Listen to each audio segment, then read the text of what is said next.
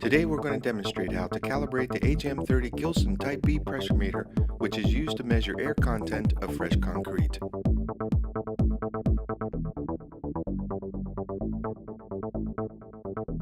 Once the lid assembly has been removed, our base is ready to be filled with room temperature water to begin the calibration process. Pick up the lid assembly and thread the straight calibration tube into the only threaded hole on the underside of the lid, directly beneath the petcock.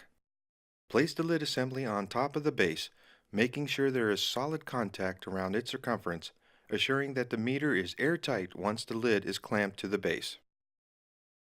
Now, secure the two opposite clamps simultaneously, and repeat until all 4 clamps have secured the lid to the base. Both petcocks are now open so water can enter and exit the bowl freely without trapping air.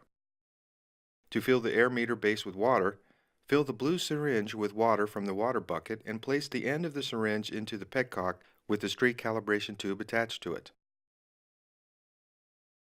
The base is full when water flows out the opposite petcock.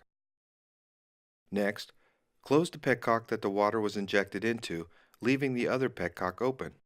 Move the unit in such a manner so that any air still trapped in the base has a chance to escape. Now, refill any water that's been lost by reopening the petcock and using the syringe to add more water into the same petcock as previously performed.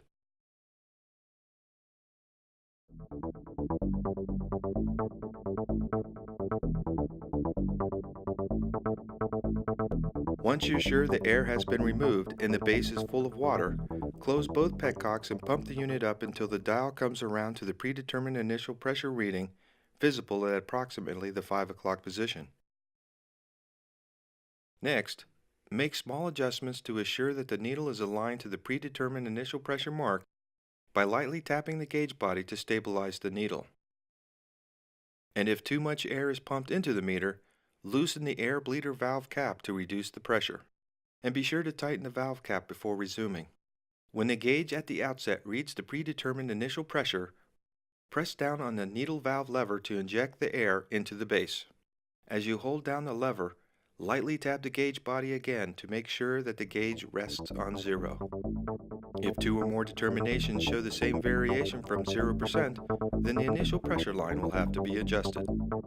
Now screw the bent calibration tube into the top side of the petcock that already has the short tube fixed to it, making sure that the tube opening faces down.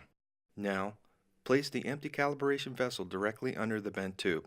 Next, open the bent calibration tube petcock and slowly press down on the needle valve lever to fill the calibration vessel completely full of water. Once the calibration vessel is exactly full, stop the flow of water by releasing the needle valve lever. Next, discard the water in the vessel and set it aside. If determinations are to be made at higher air content, then multiple calibration vessels can be removed to achieve the desired air content. Now, open the opposing petcock to allow water from the bent calibration tube back into the base. Once the water flows back into the base, we can open the other petcock and remove the bent calibration tube and set it aside. Air content is now set according to the calibration value determined by the vessel calibration.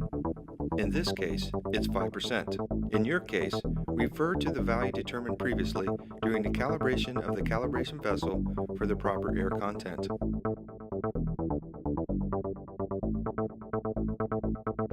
Now, close both petcocks and pump the unit back up to the predetermined initial pressure mark, making sure to lightly tap the gauge body until it stabilizes. Next, press down on the needle valve lever to exhaust the air into the base, making sure to hold the lever down while again lightly tapping the gauge body until the reading stabilizes. The gauge should read plus or minus 0.1% from the correct air content as determined by the calibration of the calibration vessel. In this demonstration, the value is 5%. If 2 successive readings show a variation greater than 0.1% from the correct air content, you'll have to adjust the gauge needle to read appropriately.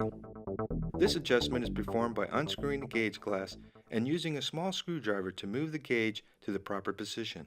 Once the adjustment is completed, reinstall the gauge glass and repeat the calibration procedure at least twice to ensure that our initial pressure 0 has not changed and that the air content readings are accurate to within 0.1%.